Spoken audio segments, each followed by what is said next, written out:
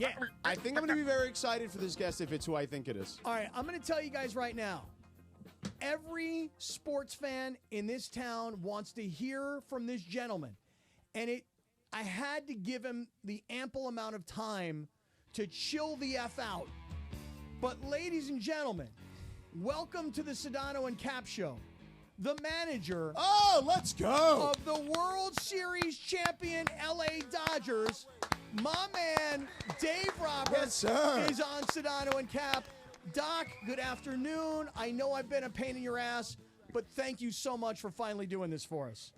Oh man, Scotty, it's good to be on with you guys, and I just got back from Europe, went away, jumped the pond after the World Series and the parade, and I'm back, got my feet under me. So yeah, I wanted to take some time with you and catch up a little bit. That's what old friends do. Yeah, where'd you go? So we did Dublin. We did Madrid. My daughter is studying, doing a semester abroad, so we saw her there, and then we finished up in London. Wow, that's amazing. By the way, dad to dad here, my daughter is studying abroad right now in Amsterdam. I'm going there on Saturday. So, oh my goodness. Yeah, that's cool, man. Dave, let us work our way backwards here for a second. Start us off with this. Again, going backwards.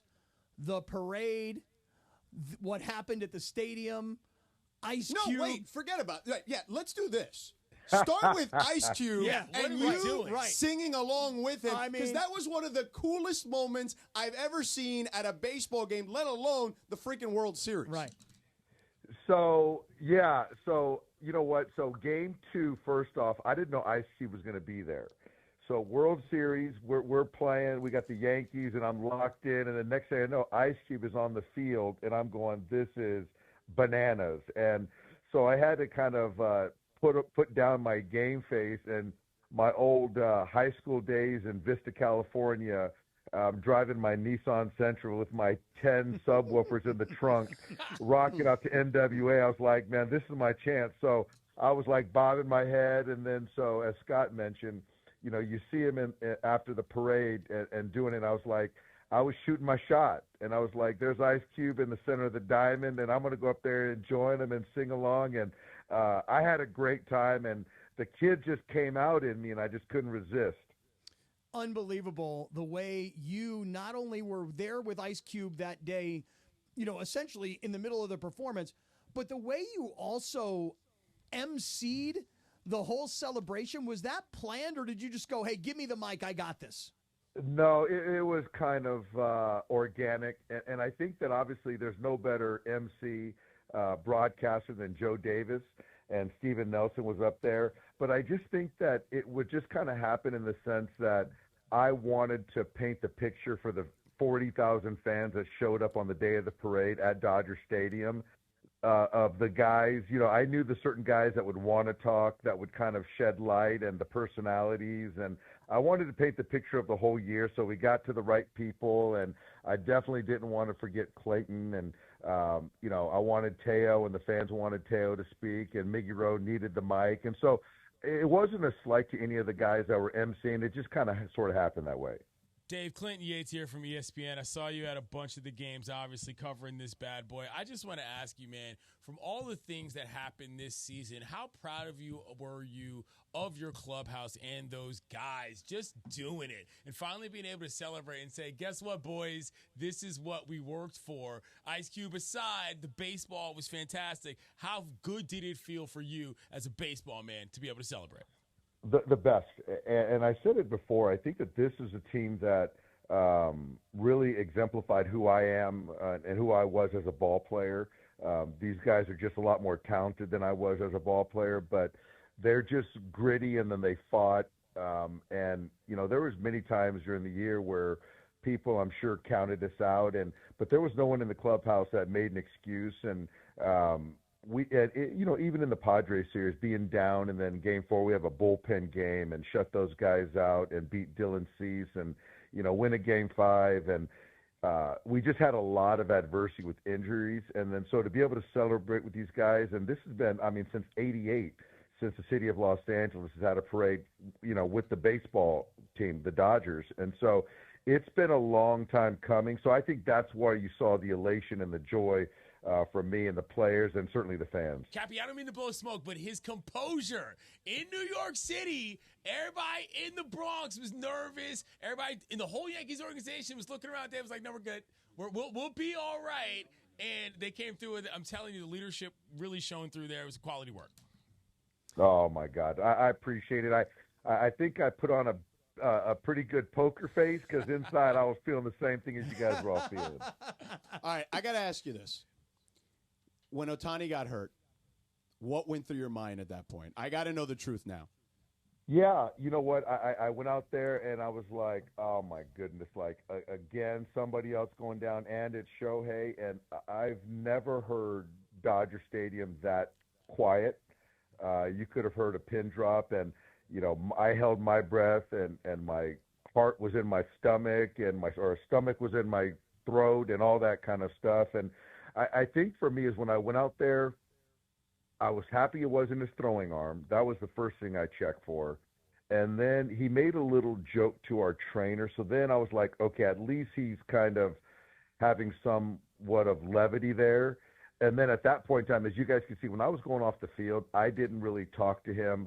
I was kind of thinking about the next move, and I didn't kind of follow up with Shohei because I didn't want to take the attention off the game because it was still an important game. And you know, as far as like players, they're going to follow my eye. Their eyes are going to follow me, and I wanted to get the focus back on the game and not try to put too much emphasis on Shohei. But God, Scotty, yeah, I was nervous as heck.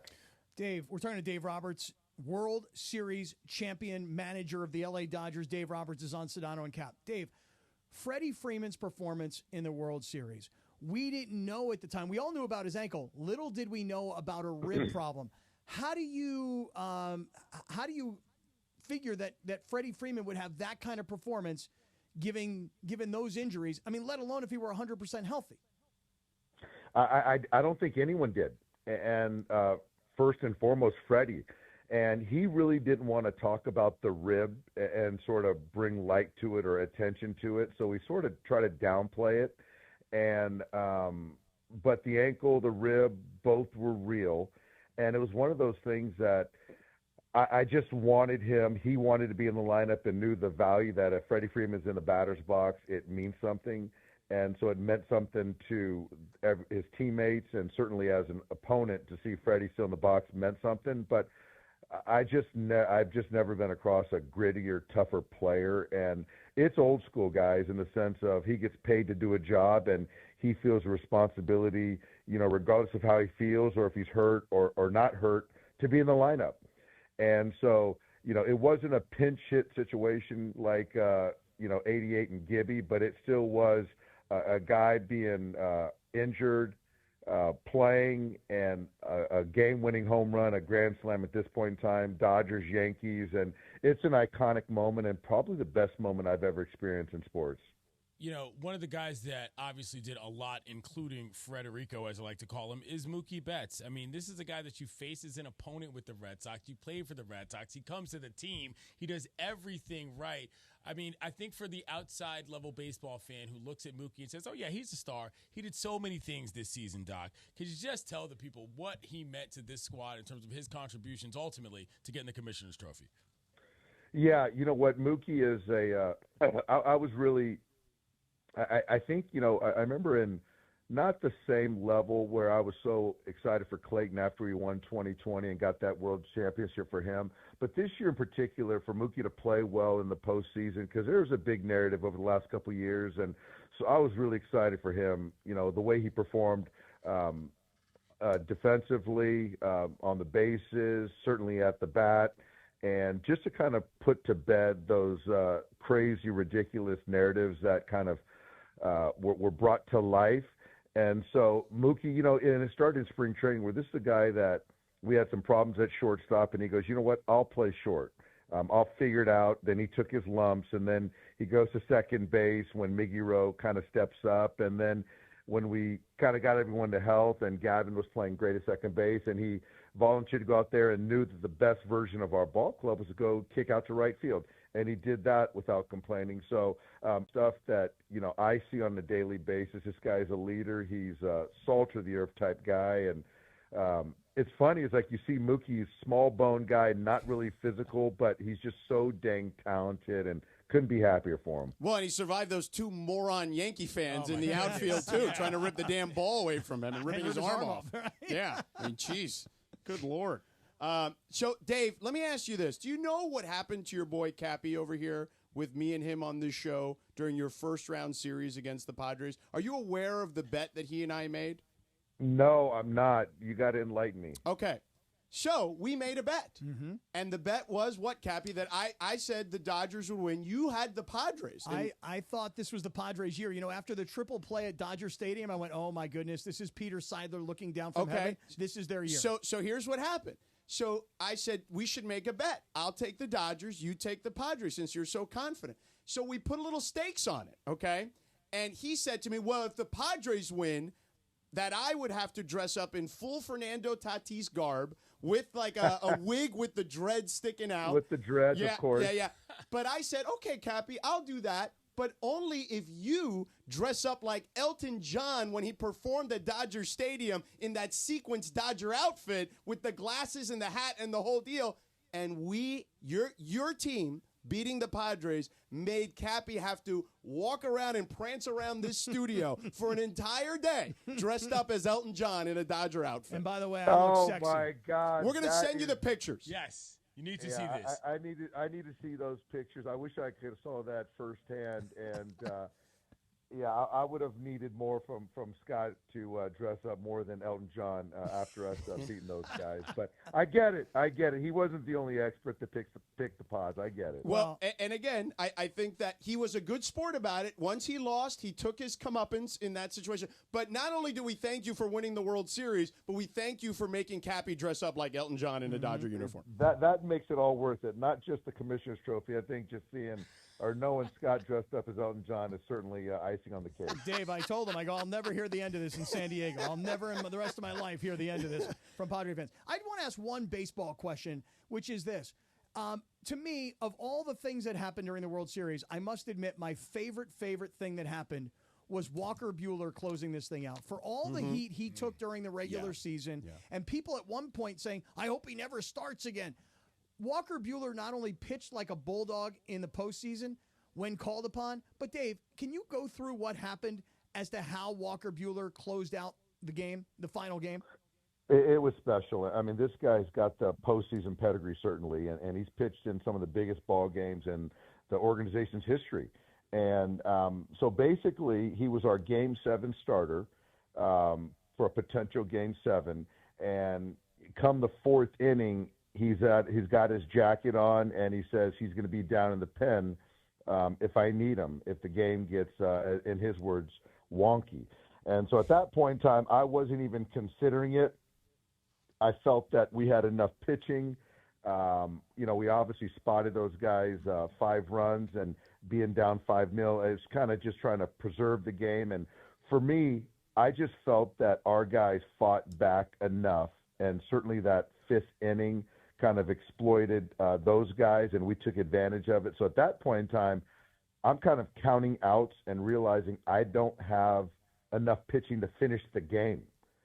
And so it was one of those things that, and I referenced that poker face analogy earlier. I was all in, and I felt that, we had one bullet in Walker with a lead in the 9th inning to finish the game out. And if they would have tied it up, or we would have had a tie game going into the 9th, guys, I just don't know what we would have done.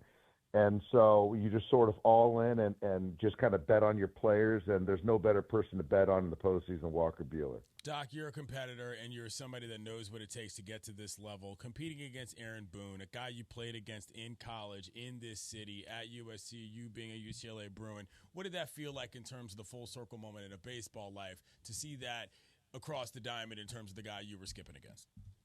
It's crazy. It's surreal. I know people use that word a lot, but we were at Dato Field playing each other. We were at Jackie Robinson Field playing each other in college, and then to kind of look across the field on the biggest of stages and see him in that other dugout, it's mind blowing. The odds of that happening are pretty much nil. And I've even said this, publicly, as Aaron and I have unique distinctions in the sense that two huge markets that if our clubs don't win the World Series, then we've failed at our jobs. And I just don't think that with the games that we play in a baseball season with the markets and expectations, anyone can really relate. So it's really cool to have two local guys, at the top of our professions. And it is fun competing, and I think he does a fantastic job. And it is good because I'm very, as the people that do know me, I'm very mired in the moment and kind of be where my feet are.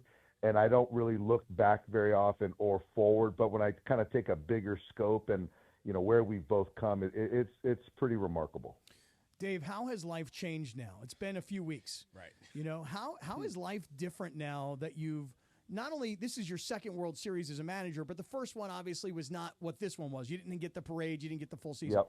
How is your life today different than it was 4 weeks ago? Yeah, I think I did it intentionally after the parade to kind of eject. Not to say that I just want to keep grounded. I think that there's certainly a lot of requests and people telling you how good you are and what you've accomplished. And I try not to let that get in my, mind too much, Scott. So I think intentionally I wanted to just sort of leave the country. And I am going to go to the UCLA-USC football game on Saturday, and then I'm going to go see the Chargers on Monday Night Football. But I think for me, I'm trying to lay low and keep a lower profile. And I did this interview because you and I have a long history. But I think that, I don't know, people talk about, going to the Hall of Fame and things like that, Scott, but I still feel like I got a lot of good coaching in me. I love what I do. So, I think once we get through Thanksgiving, I'm going to be thinking about next year and the roster and how we can repeat and things like that. But so I don't know, Scott. I think that's more a question for other people. For me, I try to insulate myself in my mind.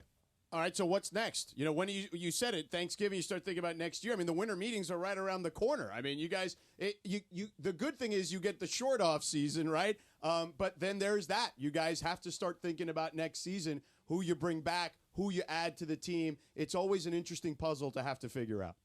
It really is. It really is. And this year started out early in the sense that we started out in South Korea, and next year we're going to start the season in Tokyo. So, and it's something that's good for baseball. It's good for us. It's, obviously when you're shortening an off season, that's a good thing.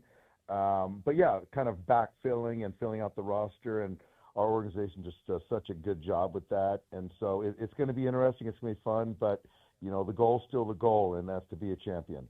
Dave, when you were in Europe, and we'll get you out of here. When you were in Europe, did anybody recognize you? They did. All right.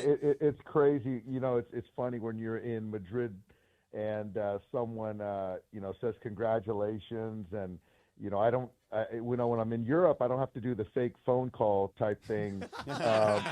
So I probably should have a little bit. But no, it's great. And I guess to your point, Scott, to your question, it's relief. It's joy.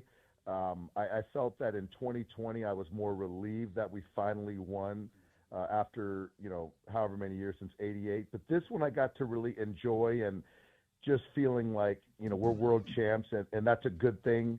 But, yeah, it is crazy when you go to different cities and other countries and people recognize you, and I still have a hard time wrapping my head around that one. Yeah. Next time you're in Spain, I'm going to tell Cappy to send it to you. I went to a beach there that's, let's just call it about 45 minutes or so south of Barcelona, or as the natives say, Barcelona. Barcelona, yeah. right. We're going to send. I'm going to send you there. It was out of control, and it's like very local, no tourists. Next time you go to Spain, we're sending you there. No, that's great, and I can also let my daughter know because she's got another few weeks there. So there you she's go. Have to hit that beach up. There you go. Yeah, right I'll let you know. Yeah. My boy Sedano here is a big red wine drinker, Dave. Yeah. We got to celebrate with some extra añejo tequila mandala with Dave when we see him. I can do that too. Right.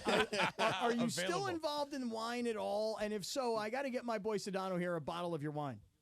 No, we can do that. I still own Red Stitch Wine, so we do Chardonnay, Pinot Noir, and Cabernet. So I can do that. Are you more of a Cab, Pinot, or Chardonnay drinker? I'm more of the red. So a Pinot, I'm normally an Oregon Pinot, but I'll take your Pinot too. And then, Cab, I love a good Cab from anywhere. Yeah.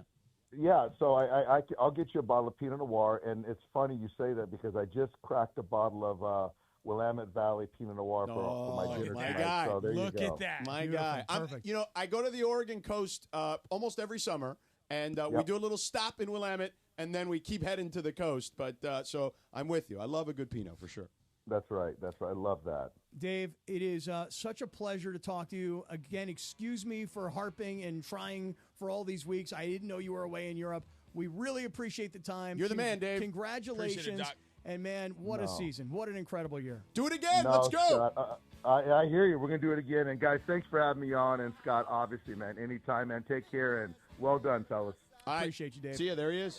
World Series manager of your Los Angeles Dodgers, Dave Roberts. Can I say? Great job, Cappy. Some props to Cappy. Yeah. Some props to Cappy on that. Yeah. We were there when that seed was planted. Yeah. I happened to be in studio when that seed was planted. Yeah. You actually delivered on the flowering of the plant. Well done. By the way, the villain of the COT, Yeah. Dead Meow, Yep. he called it. What do you say? He said, I bet you the mystery guest is Dave Is that Roberts. how you Also, knew? like, Is pipe that down. how you knew? I looked at Really? it, I'm like, oh, that's probably what really? it is. You know? If we're going to go behind the curtain here, I got the text from Lynn's. She said, do you want to know who the special guest is? I was like, I got a pretty good idea who I think it is. Yeah. It's as simple as that. I will tell you guys that I had been talking to Dave throughout the playoffs. Yeah. Right. And I was just sending him messages like, hey, man, I'm so proud of Yeah, you and you're encouragement, doing sure. so great, and he would reply all the time. So finally, when the World Series was over, I was like, we'd really like to have you on the air. And I'm not really hearing from him. And earlier today, I said, Well, now you know. He's 9 hours right. different. Time I didn't realize he'd gone out of the country and he was probably decompressing and he probably was staying off of his phone and whatever. Yeah, literally else. had better things to do after he won the World Series. Nothing, no offense. No, none taken. But you got to, what a guy, and really appreciate his time tonight. And George, you got to try some of his wine. His wine. I would love it. Yes. Is he called it Red Stitch? He actually he has like the stitching from the baseball. Baseball, I bet. Yeah. In the I want to say in like not the can cork, a brother but, get some product here? Oh, brother's gonna get product. Thank you. Yes. Goodness gracious. I all would brothers love are getting some of product. that. Yeah. I would love to drink some And of that. I hate to admit this, but I'm more of a Chardonnay drinker nowadays You than would I am. be. Well, you would be, Cappy. That's you because and the Padres are out there drinking Chardonnay, the red which is wine- not exactly World Series material, is it, George? The red No. wine, Is it No, gives me definitely not. acid reflux, darling. So That's fair. That's fair. But I got to say, that was super cool. It was and awesome. really appreciate him doing that. And I wanted to keep it from you, George, I'm glad you because did. I was like, it's not like you needed to prep for the interview. No, absolutely And not. I wanted to just spring it on you. Yeah. And Clinton, to have you in studio is great. Now, I will say one thing. I hope Dave doesn't get upset with me for saying this.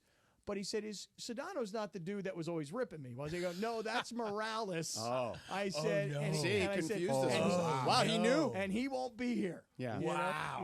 Yeah. He had to delineate. He had to make sure. Yeah. See, that's a manager of detail. Yes. This is the kind of thing that Doc does well. Pays attention to the little things. That's what makes a championship manager, George. And George, I sent Not Dave, to be confused with Morales. I sent Dave the Bam! One of the phones are buzzing. Yeah. Carlos, somebody's calling Carlos. I sent Dave the video of the Elton John costume. Oh, great. Which he's already sent me Yeah. the fist bump on. That's So, hilarious. That's I'm cool. sending you the beach and the hotel we stayed at, so Okay. you can tell his daughter. It's amazing that he's talking about his daughter being at a semester abroad, because then you just get normal, regular dad guy. Right. I wonder when the Dodgers are going to sign Dave Roberts to a long-term contract. I would imagine extension. soon. Now you have stepped into my wheelhouse, Mr. Tell me. Kaplan. Tell me. Because this is part of the issue that I've had for a long time with how this franchise is operated. I'm not going to get on a negative point. I'm actually going to use this as a positive point.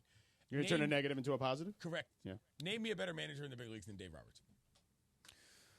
Yeah, I mean, if I No. if I say a name, it's going to sound as if I think somebody is better. And honestly, right now, Remember when Mason was firing him? If he lost in the first round to reason your I say that is Padres, 'cause and I would have dressed like Tatis. How many managers do you think are higher paid than Dave Roberts? A bunch. Do Yeah. you know what Dave Roberts makes? 15th. He is not even in the top 10 Yeah. in the bigs, George. That is insane. Yeah, well, that won't be for much longer. That I is would imagine. completely insane. So when you ask me about whether or not he's going to get a long-term deal or not, the disrespect has already been there. That's why I was so glad, Cappy, to see them succeed, not just on a team level. as you know, we live in Los Angeles. The home team winning is good for business. But for Dave, for me, there was a personal element to this that was extremely important in terms of his larger respect level in the big leagues. And that, to me, is why I was so happy about this personally.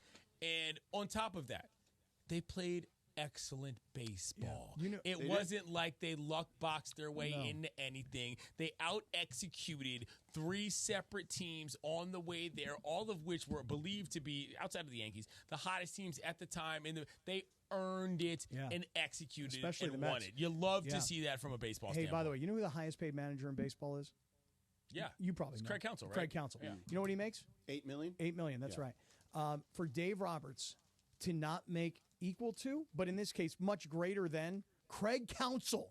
Craig freaking Counsell. Craig Counsell's a good manager. No, he's a fine manager. Nice guy, too. He's a great guy. Yeah.